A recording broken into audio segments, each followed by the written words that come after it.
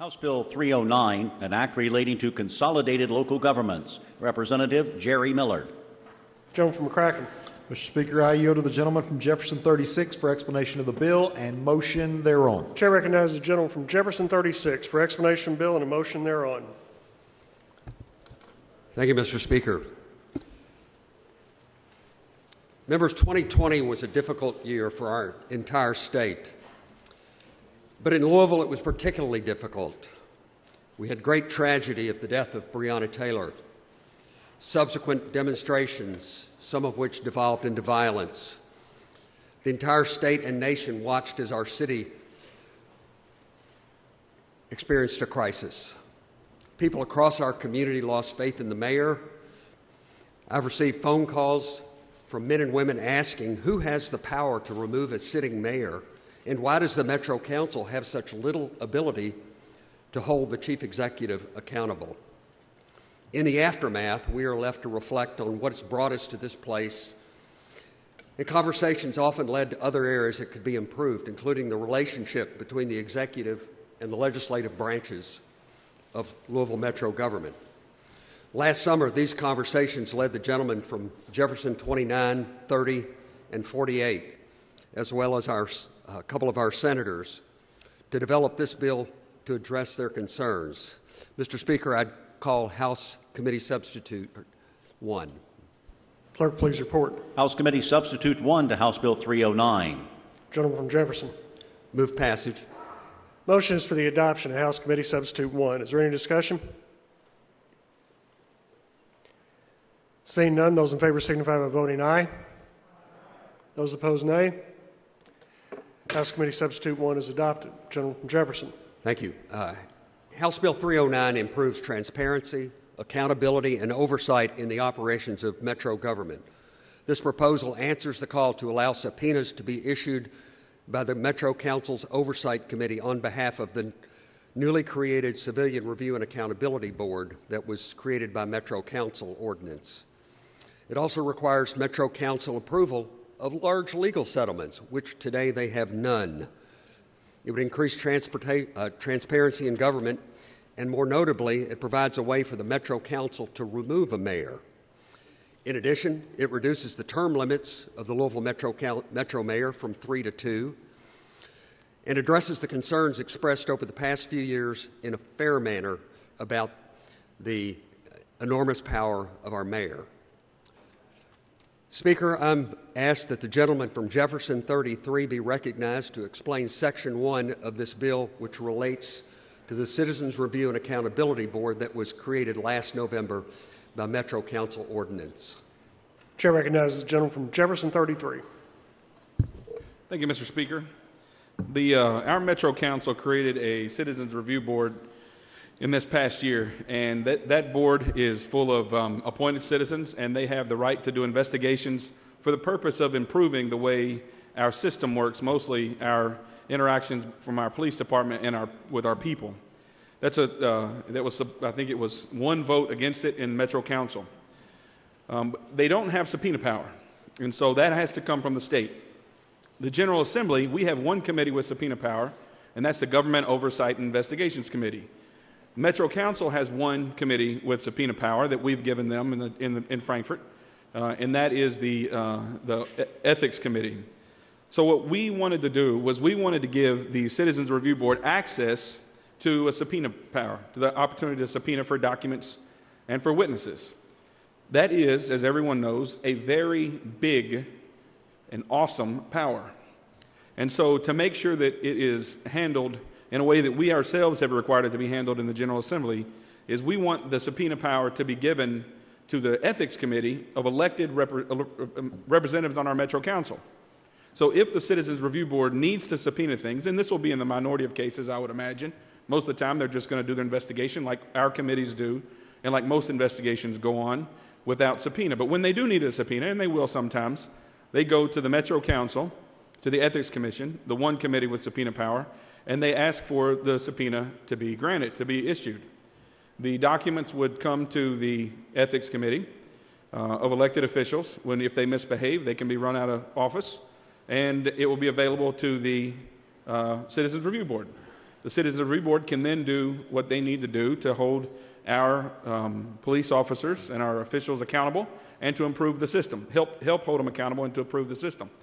So that's what we've done. We've also, because there were a lot of concerns on confidentiality, we've also said that these documents will retain their confidentiality, whatever they had or didn't have, from the agency or the person, the group, where they derived from. So if the documents were subpoenaed and received from a place where they were confidential or not subject to open records, maybe they're child fatality records or whatever, then those documents will retain the confidentiality or not that they had from the place that they came from. So that's what this, the Section 1 of this bill does. It recognizes that this Citizens Review Board should have access to subpoena power when it's appropriate, and we would recommend that you adopt this bill, and including Section 1. If there are no questions about that, then I'll turn it back over to the gentleman from Jefferson 36. Gentleman from Jefferson 36. Thank you. I would elaborate a little bit on this as well. This has been a long process. We've had many, many discussions with various interested parties, including the state FOP. And as many of you know, there is a bill working its way through the Senate. It's actually has had 2 readings in the Senate that sponsored by Senator McGarvey, that would be very similar but not exactly the same as Section 1 in this bill. The state FOP prefers the language in this bill and are supportive. And as the gentleman from Jefferson 33 said, the Metro Council Government Oversight and Accountability Committee was given subpoena power in 2017, and that was as a result of a bill filed by our own gentleman from Jefferson. And I asked the gentleman from Jefferson if he would rise to make a friendly amendment. May he rise?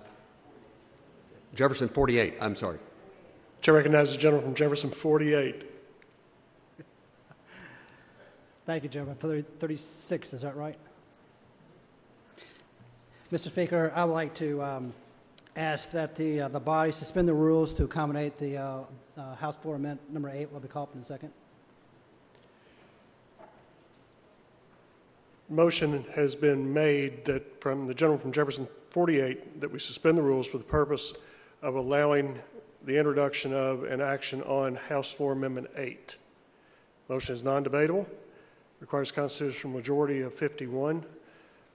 Roll call machine is open for your vote. Those in favor of suspension of the rules, vote aye. Those opposed, nay.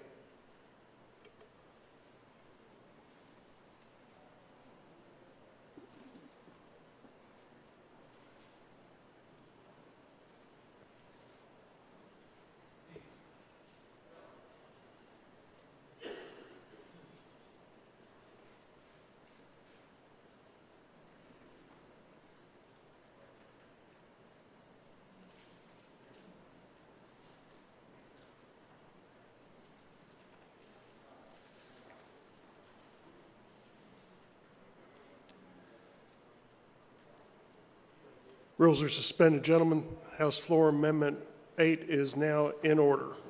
Thank you, Mr. Speaker, and thank you to the body for suspending the rules. I'd like to ask the clerk to report House Floor Amendment number 8 to House Bill 309 and House Committee Sub 1. Clerk, please report. House Floor Amendment 8 to House Bill 309. Gentleman from Jefferson 48.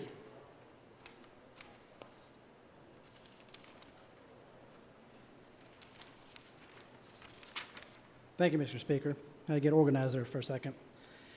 There are 3 provisions in this floor amendment number 8, one of which, actually, floor amendment 7 has been rolled into 8, and the lady from Jefferson 44 was prudent enough to realize that there was a conformity change that we need to make, and that's why we have floor amendment number 8. So I want to thank the lady from District 44 in Jefferson County. There are 3 provisions. I already mentioned one in regards to the conformity issue. The other 2 basically revolves about partisan, nonpartisan. The other one's about annexation. And I'll be quite frank, when I was on the Metro Council, when I first was elected in 2002, I always had an uncomfort level in terms of partisan, nonpartisan at the local level. And what this provision does basically is strike out the provision that's in the current House Committee sub from nonpartisan back to a partisan. So it's going back to originally what it was. So, pardon the pun, you don't want to be a little bit pregnant. Either you have it all partisan or you have it nonpartisan. You don't have one or the other, because basically when you look at throughout the country, there's really if anything at all, in terms of having one particular office that's a partisan and the other one's nonpartisan. We have many cities and counties that are nonpartisan in this Commonwealth. And to be honest with you, I like to go that way, but I think makes sense to go ahead and get this bill going over to the Senate to make this conform to what it currently is in terms of being a partisan race. So that's one thing. The other provision deals with annexation, and basically it's really simple, and that is there are several cities within Jefferson County that might have like 1, 2, or maybe 10 houses that abuts a particular city. And in order to help deal with and get service, it'll take 75% of the residents within this area that wishes to be annexed by a city to agree to it by agreeing to it in order to be annexed by the city that abuts it. So that's what it is. It's nothing more than that. And like I said, it's to really accommodate several of these cities that have requests that are coming from these areas, like a patio homes of 5 or 6 or 7. They say, look, we like to be annexed by you because we need to have services and so forth. And it's nothing on the Metro government and their services and providing, but there is a lot of things that make sense to go ahead and give them that option to do that. But once again, it takes 75%, and that's a high level mark to do that, to make that happen. So those are the two things that I mentioned. I mentioned to the other one in terms of conformity. So if there's not any questions, Mr. Speaker, I'd like to move for adoption of House Floor Amendment number 8 to House Bill 309 and House Committee Sub number 1. Motion is for the adoption of House Floor Amendment 8. Is there any discussion? Seeing none, those in favor signify by voting aye. Those opposed, nay. House Floor Amendment 8 is adopted. Gentleman from Jefferson 36. Thank you, Speaker. In summation, Stephen Covey aptly stated our challenge: if we keep doing what we're doing, we're going to keep getting what we've been getting. It's past time to make changes that will place our city on a better path by rebalancing and better balancing the relationship of the executive branch of Louisville Metro Council with the executive branch of the Metro Mayor. With that, Speaker, I move passage of HB 309 as amended by the House Committee Sub 1 and House Floor Amendment 8.